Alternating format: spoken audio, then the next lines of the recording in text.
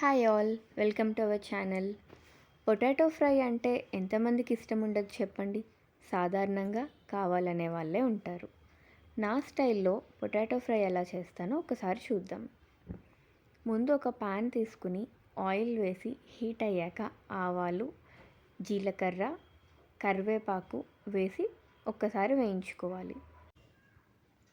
Next అందులో చిన్నగా cut చేసి పెట్టుకున్న బంగాళదుంప ముక్కల్ని కూడా వేసి ఫ్రై చేసుకోవాలి. లైట్గా సాల్ట్, కొంచెం పసుపు వేసుకుని ఇంకొకసారి ఫ్రై చేసి అంతా స్ప్రెడ్ చేసి ఒక 1 మినిట్ పాటు ఉంచాలి. ఈలోపు ఫ్రై అవుతాయి. జనరల్గా మనందరం ఆనియన్స్, పొటాటోస్ రెండు కలిపి పక్కపక్కనే స్టోర్ చేసుకుంటూ ఉంటాం. కానీ అలా స్టోర్ చేయడం వల్ల పొటాటోస్ త్వరగా పాడైపోతాయంట. అలా కాకుండా కొంచెం డార్క్ ప్లేస్లో పొటాటోస్ని కనుక స్టోర్ చేసుకుంటే చాలా కాలం ఉంటాయట.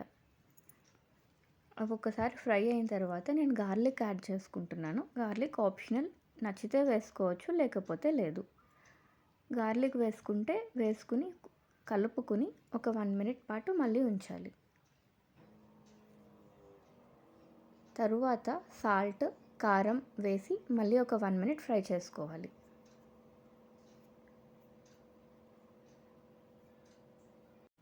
సాలిడ్ స్టార్ట్ చేసిన పిల్లలకి పొటాటో బాయిల్ చేసి స్మాష్ చేసి పెట్టడం వల్ల వెయిట్ గెయిన్ అనేది బాగుంటుంది.